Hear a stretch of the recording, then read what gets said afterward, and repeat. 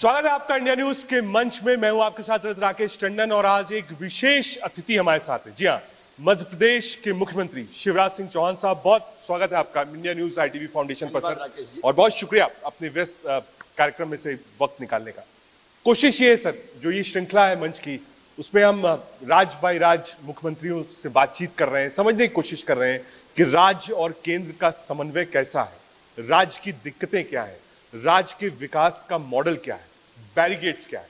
शुरुआत सर इससे करूंगा, 5 बड़े फ्लैगशिप प्रोग्राम्स जो आपने मध्य प्रदेश में किए। लाडली लक्ष्मी योजना, मुख्यमंत्री कन्या विवाह योजना, संबल योजना, अभी जिस पे काम चल रहा है तेजी से CM राइज स्कूल की हमारी योजना, और मध्य प्रदेश में क्रांति हुई है सिंचाई के क्षेत्र में। तो हमारी जो ओवरऑल इंफ्रा, सड़क, बिजली, पानी, लेकिन पानी के क्षेत्र में मध्य प्रदेश में चमत्कार हुआ है और इसलिए देश के अन्न के भंडार आज अकेला मध्य प्रदेश भर रहा है। सर, अन्न के भंडार वाली तो मुझे बात याद आई कि आपने कहा भंडार आप भर रहे हैं। कुछ दिन पहले मुझे याद है पार्लियामेंट आप आए थे सर, और एक मीटिंग थी जिसमें एक्सपोर्ट की बात हुई। उसके बारे में बताइए, क्या एक्सपोर्ट पॉलिसी थी, कितना आप एक्सपोर्ट करेंगे? आपने मुलाकात करी? मध्य प्रदेश का जो उत्पाद है गेहूं का, MP वीट के नाम से ही मध्य प्रदेश को जाना जाता है, और स्थिति यह है कि दूसरे राज्यों के गेहूं को भी MP वीट के नाम से बेचा जाता है। मध्य प्रदेश का सरवती, मध्य प्रदेश का ड्यूरम वीट गेहूं हमारा अद्भुत है। केमिकल फर्टिलाइजर का उपयोग अपेक्षाकृत काफ़ी कम है यहाँ। कुछ इलाकों में जैविक, जिसको हम प्राकृतिक में बदलने की कोशिश कर रहे हैं, वो खेती भी होती है, और गेहूं का बम्पर उत्पादन है। गेहूं के उत्पादन में हमने पंजाब को भी पीछे छोड़ दिया है। अब हमारे यहाँ तो अन्न के भंडार भरे पड़े, ये मौका है जी, तब हम मध्य प्रदेश के गेहूं को दुनिया भर में एक्सपोर्ट कर सकते हैं। माननीय प्रधानमंत्री जी ने मार्गदर्शन किया, उनसे चर्चा हुई, और हमने तय किया कि मध्य प्रदेश के गेहूं को हम विदेशों में निर्यात करेंगे। मुझे बताते हुए खुशी है, पीयूष गोयल जी को भी मैं धन्यवाद देना चाहता हूं, हमारे वाणिज्य मंत्री जी को। हम लोगों ने प्रयास किए और कई कंपनियां मध्य प्रदेश के गेहूं को आज विदेशों में ले जा रही है। स्थिति यह कि रेलवे के रैक एक्सपोर्ट के लिए जाने वाले गेहूं के लिए ले जाने के लिए वो कम पड़ते हैं हमें, लेकिन अब मध्य प्रदेश का गेहूं पूरी दुनिया में धूम मचा रहा है। और अकेला गेहूं नहीं, आधा अमेरिका और कनाडा मध्य प्रदेश के बासमती राइस को खाता है। यहीं से जाता है सब कुछ? मध्य प्रदेश से जाता है। ठीक है सर, एक्सपोर्ट हमारे जो कृषि उत्पाद है वो अब हमारे एक्सपोर्ट हो रहे हैं, और अब फूड प्रोसेसिंग की तरफ भी हम ध्यान दे रहे हैं। ठीक है सर, कोई भी स्टेट जो होता है उसकी जो बेस होती है वो हमेशा इंफ्रास्ट्रक्चर पर होती है, उसको लेकर आपने क्या क्या काम किया? मध्य प्रदेश में विरासत में तो हमको टूटी फूटी सड़कें, गड्ढों में सड़क थी कि सड़कों में गड्ढा था, पता नहीं चलता था। मध्य प्रदेश में बिजली 2 घंटे, 3 घंटे, 4 घंटे मिलती थी। मध्य प्रदेश में पानी की व्यवस्था नहीं थी। BSP कहते थे उसमें बिजली, पानी, सड़क। आज मुझे कहते हुए गर्व है, आपने स्वयं राकेश जी देखा होगा, मध्य प्रदेश में आसपास घूम के आप देखिए, शानदार सड़कें हमने बनाई है मध्य प्रदेश की धरती पर। 3 लाख किलोमीटर से ज़्यादा सड़कें बनी हैं, और गांव-गांव को हमने अच्छी सड़कों से जोड़ दिया है। न केवल सड़क, बल्कि सड़क के अलावा बिजली का उत्पादन भी हम लगभग 22,000 मेगावाट के आसपास ले गए हैं, जो हमारे पास बिजली की उपलब्धता है।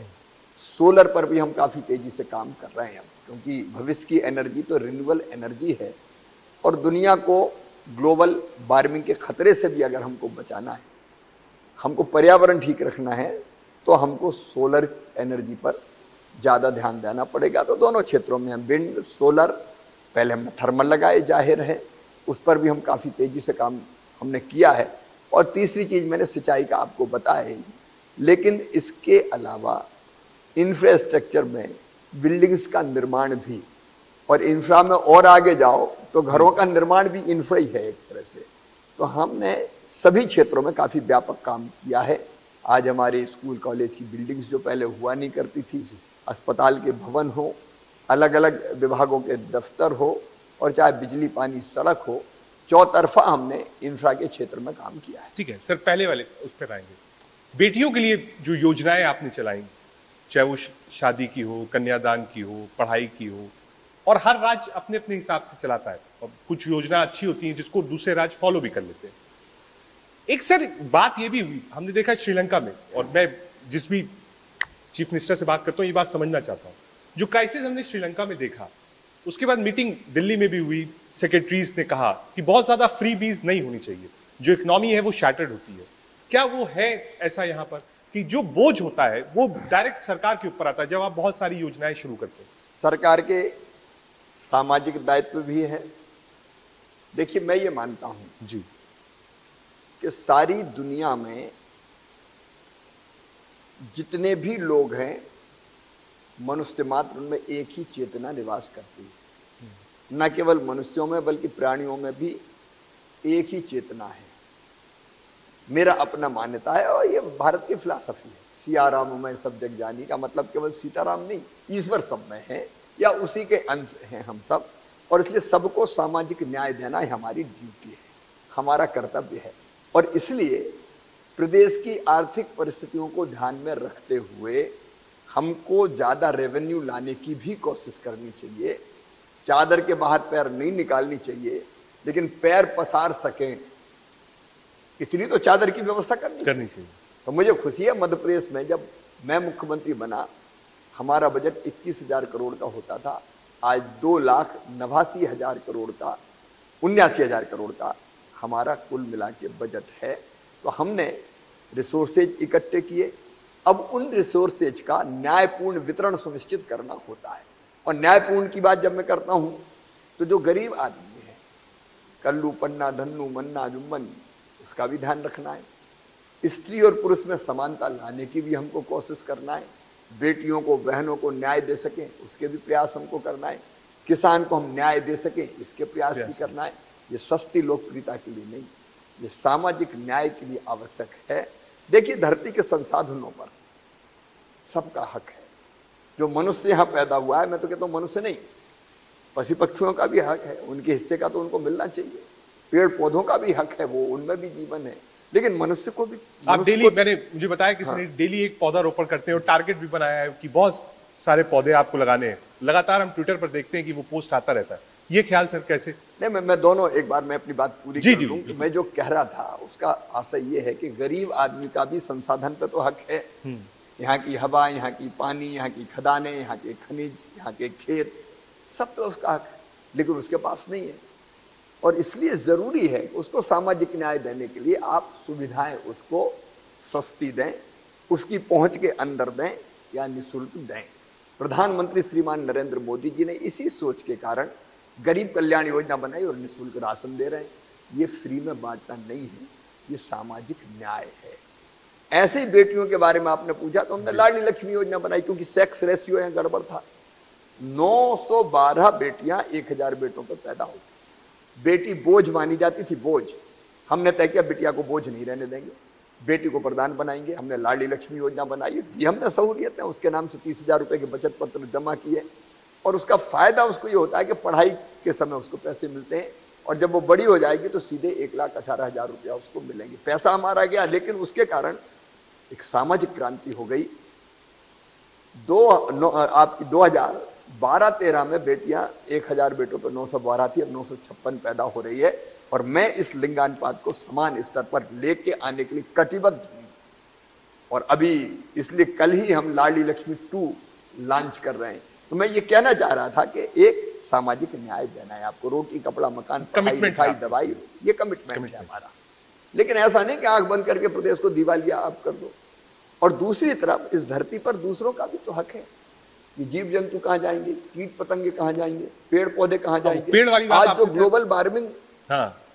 का खतरा है वो क्यों है? इसलिए कि हमने प्रकृति का अंधाधुंध शोषण किया। देखिए, प्रकृति का दोहन करो, शोषण मत करो।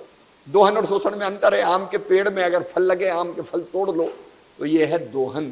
कुल्हाड़ी लेके आम का पेड़ ही काट दो तो ये हो जाता है शोषण।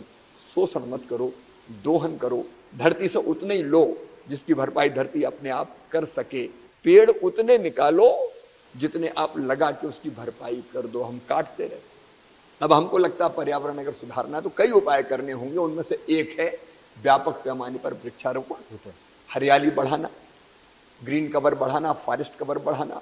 और ये भाषण से नहीं होगा, इसलिए मेरे दिल में ये विचार पैदा हुआ कि शिवराज तू रोज पेड़ लगा। मैं भाषण दूंगा पेड़ लगाओ, डेली आप लगाते हैं? मैं भाषण दूंगा पेड़ लगाओ तो कौन सुनेगा, लेकिन मैं जब खुद जाकर रोज पेड़ लगाऊंगा तो मैं लोगों को प्रेरित कर पाऊंगा। मैं रोज बिना किसी गैप के पेड़ लगा रहा हूं और आज मुझे प्रसन्नता है कि अब कोई ना कोई संस्था अलग अलग पेड़ लगाने मेरे साथ आती है। तो एक पेड़ नहीं, कभी 2 लगते हैं, कभी 3 लगते हैं।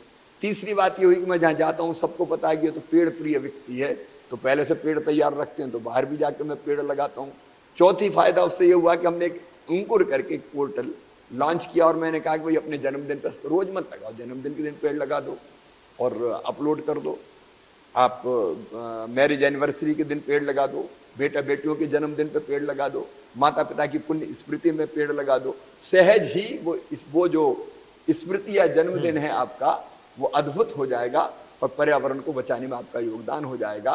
तो अब तक इसी तरह से लगभग 1 साल में 20 लाख लोग पेड़ लगा चुके हैं। ये अभियान लगातार जारी। ठीक है सर, क्योंकि आपने बजट और उसकी बात करी, कई राज्यों को ये शिकायत थी कि जो जीएसटी के कोटे का पैसा था वो केंद्र से कम मिला, और केंद्र का कहना था कि क्योंकि कोविड की हमने जो प्रोग्राम्स चलाए थे उसमें स्टेट्स को फंड मिला। समन्वय कैसा है? हालांकि भाजपा की सरकार है, समन्वय कैसा रहा आपका? देखिए, फेडरल स्ट्रक्चर का जितना सम्मान प्रधानमंत्री श्रीमान नरेंद्र मोदी जी ने किया और किसी ने नहीं किया। आप देखिए, केंद्र के पास जो भी रेवेन्यू आता है उसमें से 42% तो राज्य के पास ही आता है। पहले ये कम था, आपकी जानकारी में 32 था, अब ये 42% है।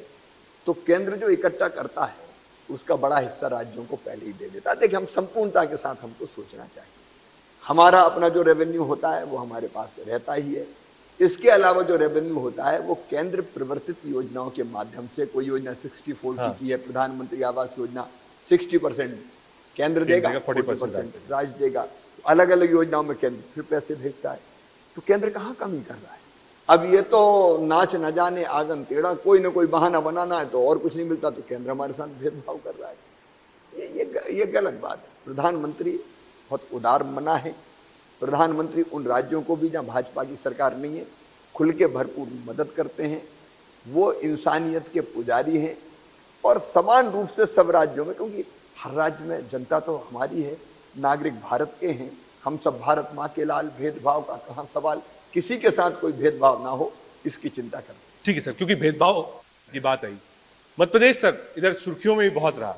खरगांव में जिस तरीके के हालात थे उसके बाद काबू पाया गया, इतने दिन कर्फ्यू लगा।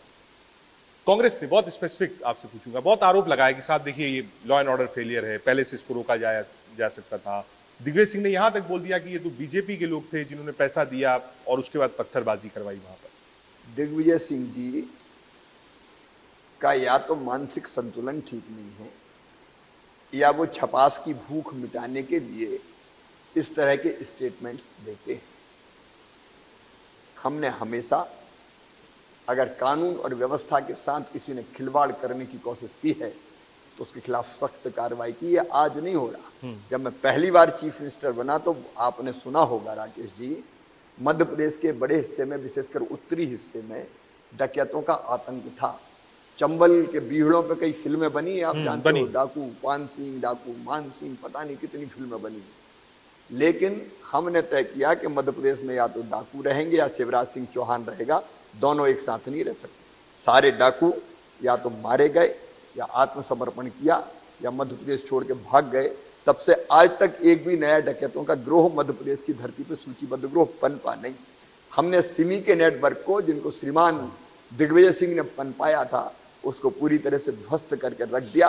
और जब दिग्विजय मुख्यमंत्री हुआ करते थे तो तत्कालीन मंत्री श्रीमान लिखीराम कावरे जी की गर्दन काट के नक्सली ले गए थे।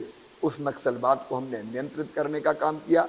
और जहां तक कठोर कार्रवाई का, बुलडोजर की बात होती है, आज थोड़ी जगह हमने इसके पहले भी, इन 2 साल में भी अगर आप देखेंगे, जहां गड़बड़ हुई, किसी ने मिलावट करने का पाप और अपराध किया, उसकी फैक्ट्री हमने तोड़ी।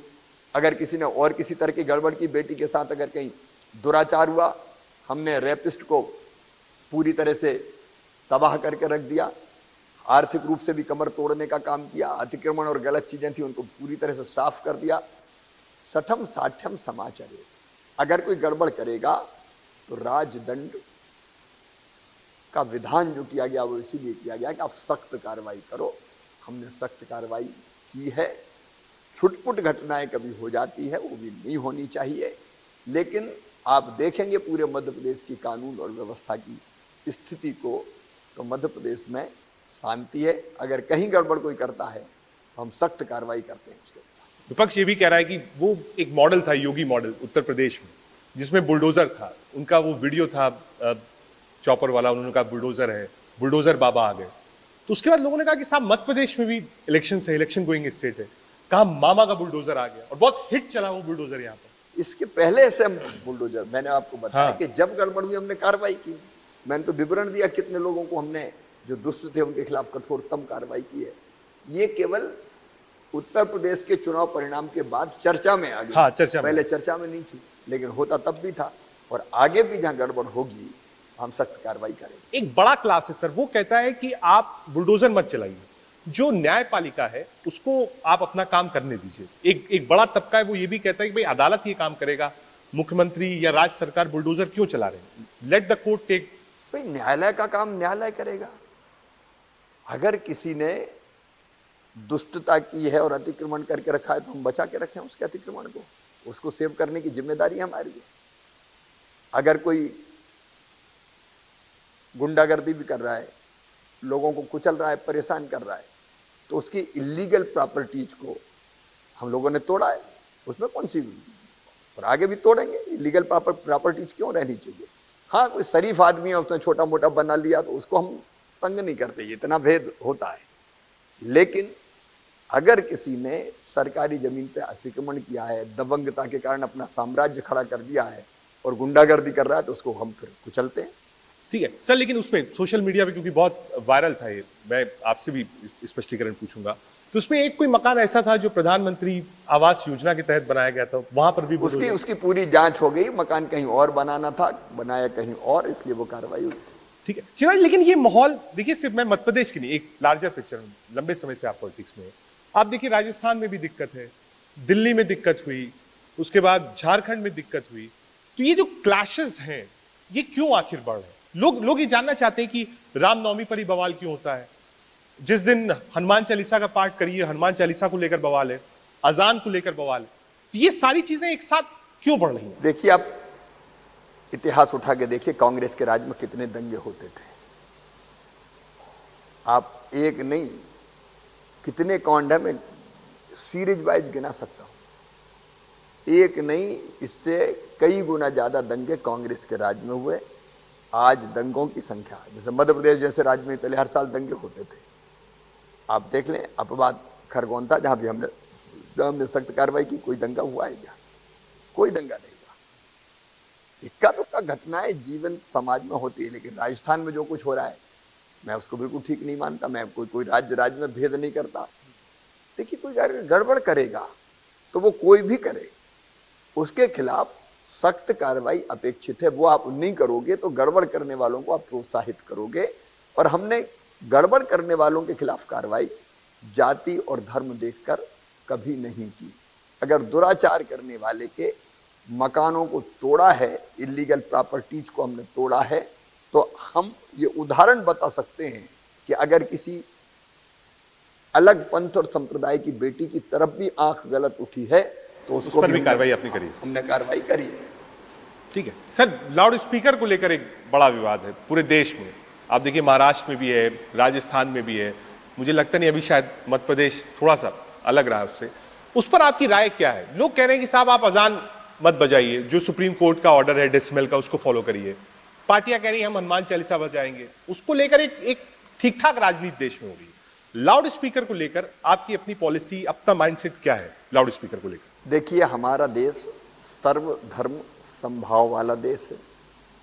यहाँ अभिव्यक्ति की स्वतंत्रता भी है, लोगों को अपनी धार्मिक मान्यताएं पूरी करने का हक भी है, अधिकार भी है, स्वतंत्रता भी है। लेकिन मेरी स्वतंत्रता तब तक ही है जब तक मैं दूसरे की स्वतंत्रता में खलल नहीं डाल सकता।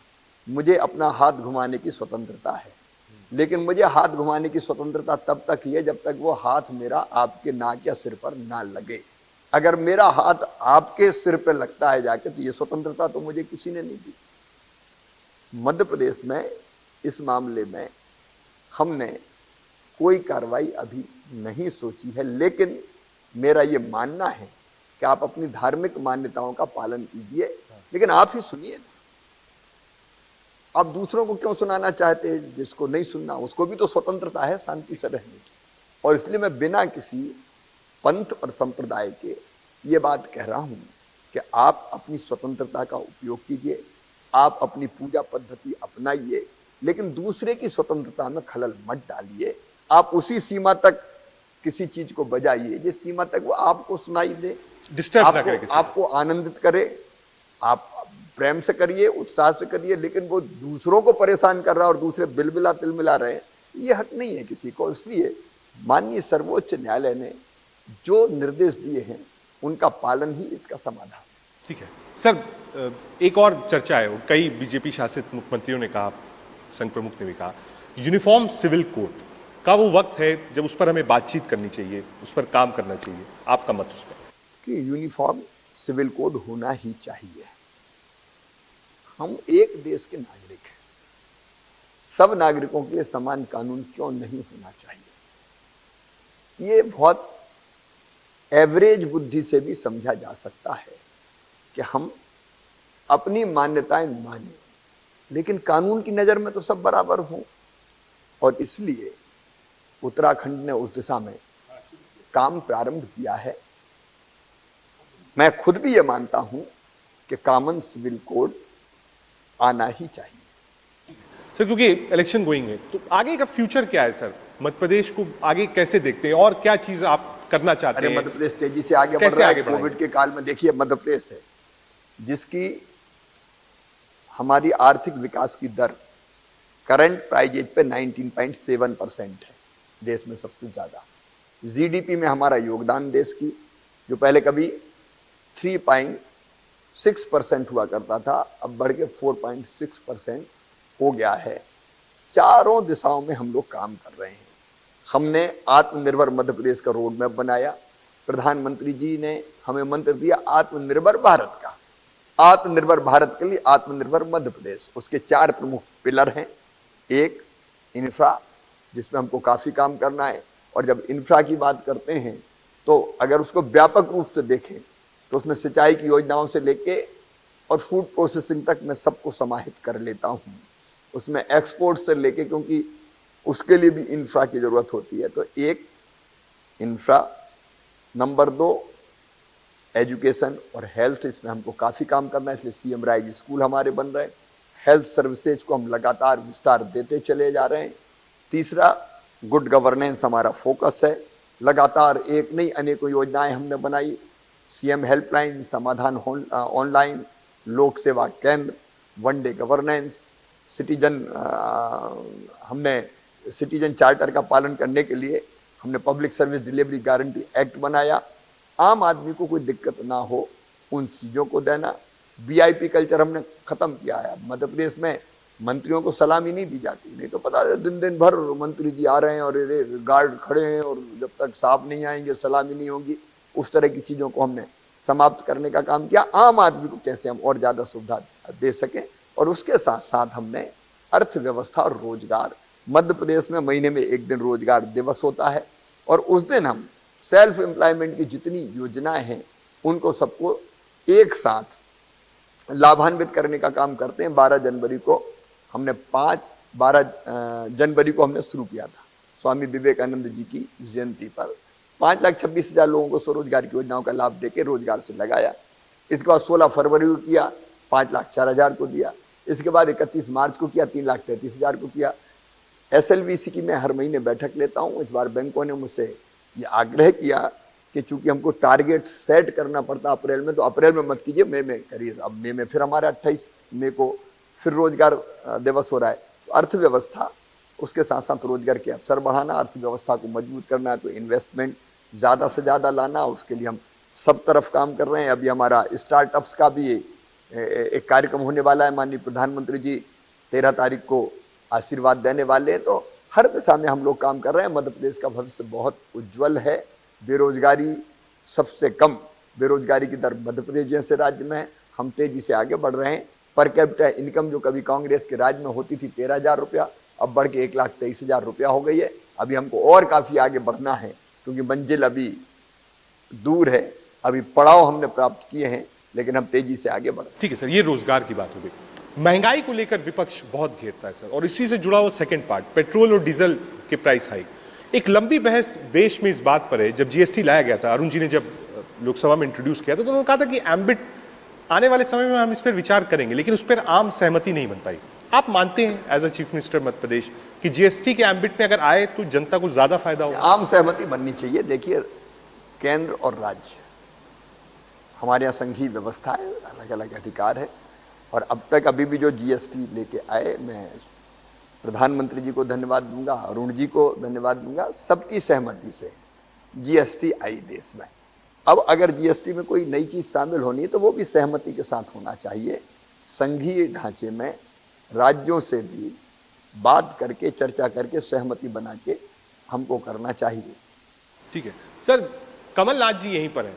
हम लोग देख रहे थे वो व्यक्ति जिसको कांग्रेस पार्टी में लोग कहते थे कि he is the most trusted manager. कहीं भी दिक्कत होती थी तो कांग्रेस पार्टी कमलनाथ जी को भेजती थी कि भाई दिक्कत दूर कर दो, सरकार बननी है, बिगड़नी है। आपने वो लंबा पिलर शैटर किया, जिसको कहते हैं एक बड़ा विकेट आपने बिल्कुल बोल्ड किया, और सरकार गिरी हुई। लेकिन वो वापस दिल्ली नहीं गए सर, वो अभी भी यही जमे हुए हैं। आप देखिए, यही संघर्ष कर रहे हैं। ऐसा लोग कहते हैं कि साहब वो एक बार फिर से मुकाबले के लिए तैयार है। हम भी तैयार हैं, वो तैयार हैं तो अब उनका विश्लेषण वो करे। लेकिन आप देखिए, इतने साल के बाद कांग्रेस बहुमत लेके नहीं आ पाई थी। बहुमत उनकी सरकार भी अल्पमत की सरकार थी, लेकिन 1.25 साल में बिखर गई। तो पहले तो वो आत्मविश्लेषण करे। जिनने बनी बनाई गिरा दी, उसको नहीं संभाल पाए, वो नई क्या बनाएंगे। ऐसे वादे कर दिए, कर्जा माफ, नौजवानों को 4,000 रुपया महीना, बुजुर्गों को इतने रुपया महीना, वादों की भरमार कर दी, जो मांगोगे वही मिलेगा। और बाद में जब जनता ने साल भर देखा तो जनता की नाराजगी, और एमएलए जी सेटिस्फाइड नहीं थे। अब पता नहीं उनके मैनेज करने की कला कहाँ चली गई। लोग छोड़ छोड़ के निकल गए, सरकार गिरी। और बाद में फिर बाई इलेक्शन हुए। बाई इलेक्शन में हम लोग ऐसे नहीं बैठे, पूरा जनादेश लेके बैठे हुए। और बाई इलेक्शन में अगर आप देखेंगे तो bumper majority Bharatiya Janata party को थी। और जो सीटें हम जीते, कोई 64,000 से, कोई 57,000 से, कोई 53,000 से, ऐसे भी नहीं कि 100-200 वोटों से जीते। इसका मतलब 1.25 साल में एंटी इनकम्बेंसी और नाराजगी इतनी बढ़ गई थी कि लोगों को फिर भारतीय जनता पार्टी याद आई, मामा याद आया, तो लोग हमें फिर से वापस। मामा का टारगेट क्या है? कितनी सीटें अगली बार? सीटों की हम लोग गिनती नहीं करते, लेकिन भारतीय जनता पार्टी जैसा परफॉर्म कर रही है। और केंद्र सरकार के जो शानदार काम है, प्रधानमंत्री नरेंद्र मोदी जी के पीछे जैसे देश खड़ा है, मध्य प्रदेश भी खड़ा है। और केंद्र सरकार की योजनाएं, राज्य सरकार की योजनाएं, हम लोग जो काम कर रहे हैं, हम शानदार बहुमत के साथ जीतेंगे। ठीक है सर, क्योंकि ये सेगमेंट इतना था, 2 सेगमेंट्स हमारे और हैं। हम एक बार आपसे कहेंगे, एक बार कैमरे पे आप देखते, कुछ जनता के भी सवाल थे सर। मैं सीएम साहब से ये सवाल पूछना चाहता हूँ कि लड़कियों के लिए इतना योजनाएं, हर दिन लाडली लक्ष्मी योजना, बहुत सारे अनेकों प्रकार की योजनाएं लॉन्च हो रही है, मध्य प्रदेश गवर्नमेंट लॉन्च कर रही है। ये बेरोजगार युवाओं के लिए क्या कर रही है गवर्नमेंट? अगर वो हायर स्टडी के लिए बाहर जाना चाहती है, या हायर स्टडी के लिए स्किल डेवलपमेंट के कोर्स करना चाहे, उसके लिए गवर्नमेंट क्या चला रही है, क्या कर रही है? मैं साहब से ये पूछना चाहता हूँ। योजनाएं बेटों के लिए भी है, बेटियों के लिए भी है। हाँ, थोड़ा भेद हमने इसलिए किया कि बेटियां बोझ ना मानी जाए, बेटियां वरदान बने, इसलिए लाडली लक्ष्मी योजना, इसलिए कन्या विवाह योजना वो। लेकिन सारे बच्चों के लिए मध्य प्रदेश में योजना है। मेधावी विद्यार्थी योजना, संबल योजना के अंतर्गत गरीब कोई भी हो, बेटा हो चाहे बेटी हो, उनकी पढ़ाई लिखाई की योजना है। हर मेधावी बच्चे को स्कॉलरशिप देने का हमने संकल्प लिया है, किसी जाति और समाज का हो, SC, ST, OBC, वो अलग है ही। लेकिन अगर हमारे बच्चे मेधावी हैं और उनमें टैलेंट है, संबल योजना के अंतर्गत आते हैं, तो किसी समाज के बच्चे हों, हमने तय किया कि मेडिकल कॉलेज में एडमिशन हो, चिन्हित इंजीनियरिंग कॉलेज में एडमिशन हो, IIT, IIM में एडमिशन हो, क्लेट के माध्यम से वो पढ़ाई चुने जाते हैं, तो हम उन बच्चों की फीस हम भरेंगे, मामा भरेगा। भारतीय जनता पार्टी की सरकार भरेगी, मम्मी पापा नहीं भरेंगे। और ऐसे हजारों बच्चों की फीस हम भरवा रहे हैं। कई डॉक्टर्स जो प्राइवेट मेडिकल कॉलेज में पढ़ रहे हैं 7-7, 8-8 लाख रुपया उनकी फीस भरी जा रही है। विदेश की यूनिवर्सिटीज में हमारे जो बच्चे पढ़ रहे हैं, किसी समाज के वर्ग के, किसी भी वर्ग के हों, विदेश में भी यूनिवर्सिटीज की फीस हम 40-40, 45-45, 54 लाख भी भरवाने का काम कर रहे हैं। इसलिए टैलेंट अगर किसी में है तो मेरे बच्चों, चिंता करने की जरूरत नहीं है, मामा साथ है, हम सारी व्यवस्था कर रहे हैं। मैं सीएम सर से पूछना चाहता हूँ कि उनकी फिटनेस का राज क्या है। वो दिन भर इतना एक्टिवली काम करते हैं, तो मतलब वो कैसे कर पाते हैं, क्या मतलब करते क्या है वो इन चीज़ों को करने के लिए, 16-16 घंटे जागने के लिए करते क्या है वो अपना दिन भर, उनकी दिनचर्या क्या है? देखिए 2-3 चीजें हैं। एक व्यक्ति जैसा सोचता और करता है वैसा बन जाता है। अगर आपके दिल में तड़प है मध्य प्रदेश की सेवा की, विकास की, या जो भी काम आप करते हैं, तो शरीर अपने आप ऐसे रसायन पैदा करता है जो आपको ज्यादा मेहनत के योग्य बना देता है। नंबर 1 तड़प है कि नहीं। नंबर 2 शरीर को फिट रखना हमारा धर्म है, क्योंकि शरीर मंदिर है, इसी के माध्यम से हम सारे काम करेंगे। शरीरम आद्यम खल धर्म साधनम। और इसलिए रोज भ्रमण करना, वॉक करना, घूमना, उसके बाद फिर योगासन करना, फिर प्राणायाम करना, फिर पूजा करना, ध्यान करना। देखो ध्यान जितना शांति देता है, मैं रोज जब पूजा के मंदिर में बैठता हूं तो बाकी सब चीजें भूल के मैं उससे नाता जोड़ने की कोशिश करता हूं, बाकी सब भूल जाता हूं और वहां से ऊर्जा पाता हूं। और उसके बाद फिटनेस के कारण पेड़ लगाना भी है। मुझे तो बहुत आनंद आता है जब एक पेड़ लगाता हूं, उसमें पानी डालता हूं, तो मुझे लग रहा है कि मैं जीवन रोप रहा हूं और अपने आप को ही पानी दे रहा हूं, अपने आप को ही जिंदगी दे रहा हूं। मन प्रसन्नता और आनंद से भर जाता है। इसलिए मेरे बच्चों, योगा, प्राणायाम, व्यायाम और ध्यान अगर हो सके तो जरूर करना। नहीं तो हमारे दिमाग में इतनी चीजें चलती रहती है, उसके कारण ही परेशान रहते हैं। एक बार शांत होके, अंतर्मुखी होके तो बैठो। अंदर से शांति हमारी ऊर्जा को फिर कई गुना ज्यादा बढ़ा देती है। ठीक है, बहुत शुक्रिया सर हमसे बातचीत करने के लिए। और एक इनिशिएटिव हमारा भी है सर, जैसे आपने इतनी सारी योजनाएं चलाई लड़कियों के लिए, बच्चियों के लिए, लाडली योजना, स्वयंवर योजना, एक इनिशिएटिव हमारा भी सर, फर्स्ट इन क्लास, जिसमें हम देश भर के गरीब बच्चे हैं उनको फर्स्ट इन क्लास टैबलेट्स दे रहा है जो फ्री ऑफ कंटेंट है। उसमें बच्चे पढ़ सकते हैं, उसमें बच्चे ऑनलाइन टेक्निकल एजुकेशन क्लास 1 से लेके क्लास 12 तक है। मैं तो राकेश जी, मैं इंडिया न्यूज को बधाई देता हूँ इस अच्छे इनिशिएटिव के लिए। सर बेटी बहुत बहुत बधाई। क्या नाम है आपका? प्रभु सर, मेरा नाम रितिका घोड़के है। और पढ़ काय बड़ी होगी? मैं 12वीं क्लास में भी आई हूँ। वाह, खूब आगे बढ़ो। बहुत शुभकामनाएं मामा जी, बहुत बहुत शुभकामनाएं। आपका नाम क्या है बेटी? महिमा घोड़के। कौन से क्लास में हो? अभी 9th में आई हूँ, सरोजिनी नायडू क्लास स्कूल है। अच्छा, सरोजिनी नायडू पढ़ते हैं। जी सर। अच्छा, हमारे स्कूल में सरोजिनी नायडू के पास ही था। बहुत जी सर, अच्छा, संजय गांधी सर जी। ये बच्चियों का खूब शुभकामनाएं।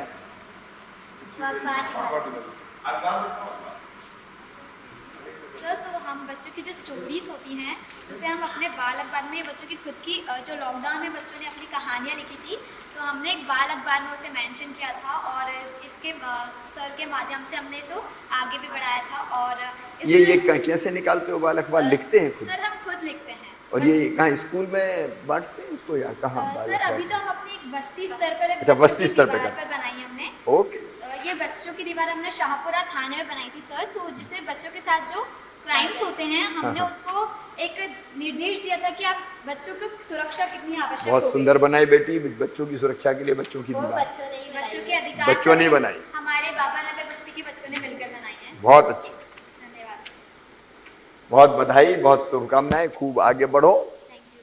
मम्मी पापा का नाम भी रोशन करो, प्रदेश की और देश की सेवा करो। ठीक है बेटी?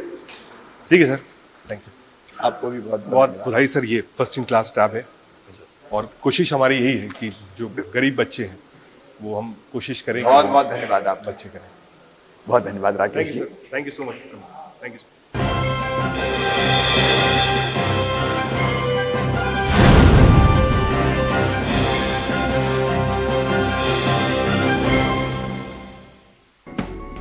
Associate sponsor Godrej air power pocket. अगर बाथरूम बोल पाते तो गोदरेज एयर ही मांगते।